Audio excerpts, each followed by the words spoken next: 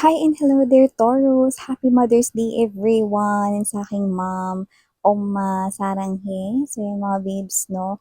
Bago tayo mag-start, Taurus, no? Wala tayong gender dito, bae, lalaki, LGBT, lahat welcome. Pwede rin pong i-search yung mga roles dahil possible magkapalit-palit. Dahil general reading ito, and at the end of the day, lagi kayong may free will na free yung gamitin anytime, anywhere. If you wanna claim the messages and use it as your guidance or not. And hi new subscribers, welcome here and sana magstay kayo together with my pabalik-balik na mga tambayers, no? Masaya dito sa aming channel, yes, no? So, kayong humusga kung sasaya kayo rito. So, tara na. Sa inyo mga babes, no, meron din tayong other channel, ang link yan ay nandyan sa ating description box. So, if interested, just click lang ninyo yan. Okay, so let's go ahead, no, and check these messages for Taurus. Cross-watchers ni Taurus at may Taurus placement sa kanilang natal or birth chart. Welcome din. Archangel Michael, maraming salamat. Angel guides, maraming salamat sa palagian ninyong presence sa aming reading. Can we get messages for Taurus? Please, what the Taurus needs to know? Messages for Taurus. Messages for Taurus, please. Taurus. Okay. So, yung mga babes, may mga nagpaplano ba dito magpunta ng beach or galing na kayo doon? May nakita ko nakatayo, no? May as in malapit na rin sa dagat, yung nadadampian ng tubig, no? Pag humahampas yung tubig dun sa may parang buhangin, no? Yung line nun, yan, no? So, pwedeng ginawa nyo yun, tumayo kayo dun at tumulala. Just take how this resonates. So, we have here this Three of Fire. Nandito din ang Page of Fire. Oh, fire. Also have here Call. The Two of Fire, but I was about to say the Nine of Fire. A lot of fire, no? We have here Two of Fire, Three of Fire, Four of Fire. Yan, you could be seeing a lot of numbers, 2, 3, and 4. But there's something here na tuloy-tuloy. No? As you can see, there's consistency, 2, 3, and 4. So, meron ditong tuloy-tuloy, no? So, alamin pa natin yan more. We have here the King of Water or the King of Cups. Bottom of the deck, we have the Three of Water, the Eight of Fire, fire again, no? And the Six of Fire. Taray. Mukhang meron talaga rito, no, na consistent sa pagpapakita rito, no. You are dealing here with someone younger than you, and this person here, gustong-gusto niya kayo, no. At kung wala pa siya, may chance din kasing wala pa siya, no. Nakita ko rito na magugustuhan niya kayo, no. Medyo nagiging mabagal lang yung pagdating niya. Okay, with this mukhang hot air balloon. Okay? Pero nakita ko rito that this person right here, pag dumating na siya, no, a lot of fire energy. Could be dealing with literally fire energies, no, like Aries, okay, Sagittarius, okay, and Leo. But doesn't have to be na mga zodiac signs lang nila yon, no. Maaring meron sila nun na fire energy sa kanilang natal or birth chart na pwedeng hindi mo alam. Okay, malalaman mo kapag ka ang kanyang mga ikikilos ay tuloy-tuloy, no? Magiging consistent siya, no? From day 1 hanggang sa sagutin mo na siya. So, in short, magagamit natin dito ang salitang masugid. Magiging masugid mo ito, no, na suitor or manliligaw dito, no, para ma-win niya ang iyong heart, no. Huwag mag-alala kasi with this literal call, siya ay tinawag, no, para maging susunod rito na magmamay-ari ng iyong puso. At nakikita ko, I'm seeing a crown. You're gonna give this person here the crown na siya na ang napili mo ritong hari mo or ang iyong reyna. Taray! So, kung sino man itong parating, nakikita ko rito, no, na ito talaga yung gusto mo na dahil itong tao na to ay very consistent sa kanyang mga actions and words, no. Plus, mga babes, no, hindi ko alam kung paano ko to sasabihin dito sa ating napaka-worldwide na ating channel. Pero nakikita ko rin dito na magiging happy rin kayo rito, no? Lalo na pag kayong dalawa lang, no? Lovey-dovey time, no? Yung kayong dalawa lang, alam nyo na yun, no? So, yun yung message na pinaparating dito. And also, nakakita rin tayo rito ng energy, mga babes.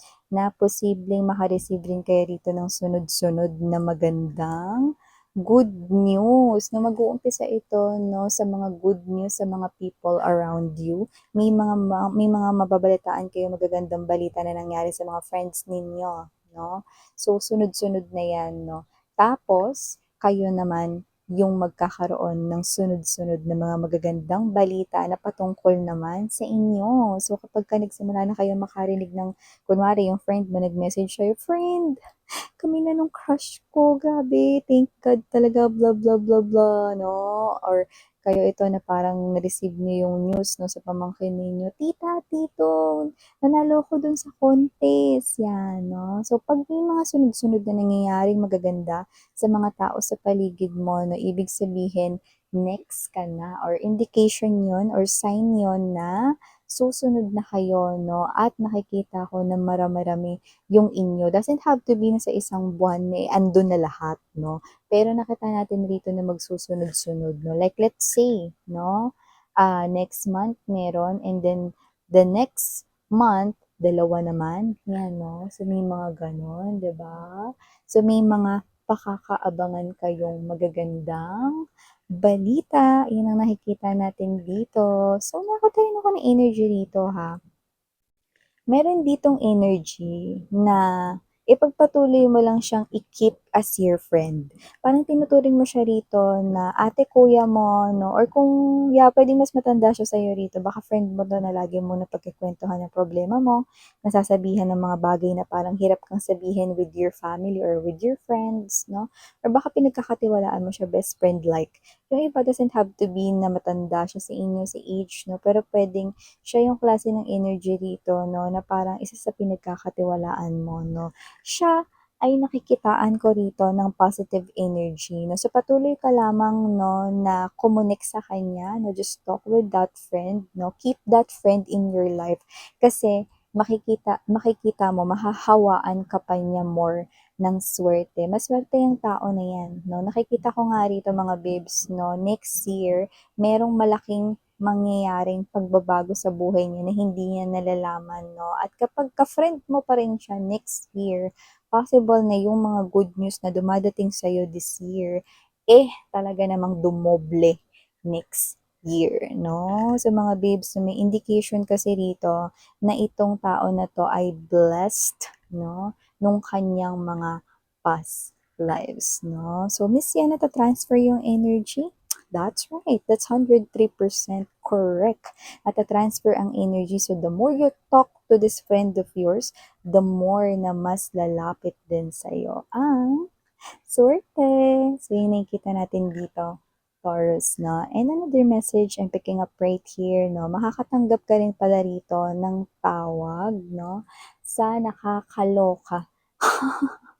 Na kahit hindi magpakilala sa'yo, pamilyar yung boses niya, no? So, itong tao na 'to, 'no, parang nag-aalab yung kanyang emosyon kapag tumawag siya sa'yo.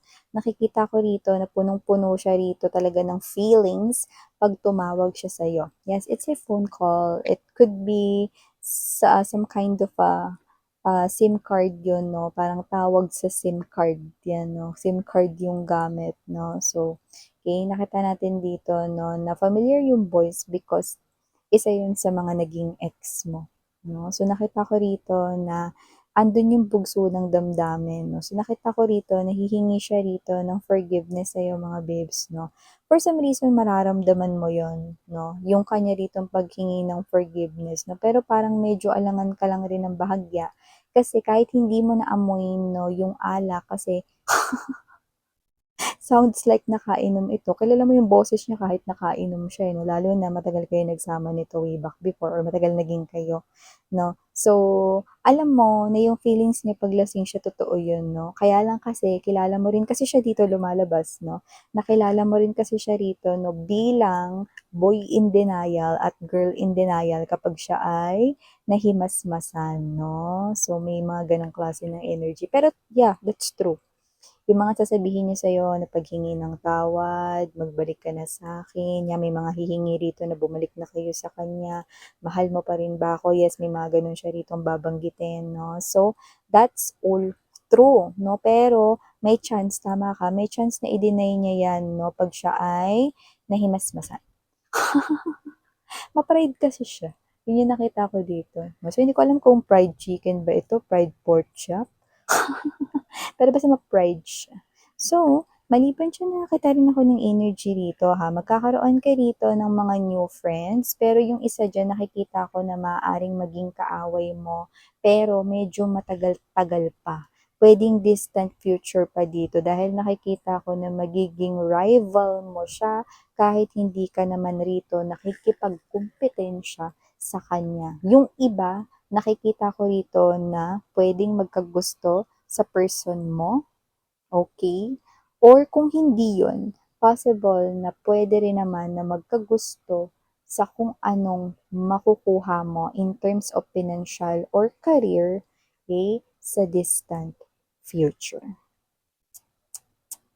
You're gonna win two friends, but the one na isa doon is posibleng maging enemy mo.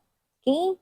So, nakikita ko dito mga babes, no, na ayaw ninyo ng away at gulo, pero yun nga, no, mukhang malulus kayo ng isang friend, no, dahil siya ay magiging competitive, but I must say,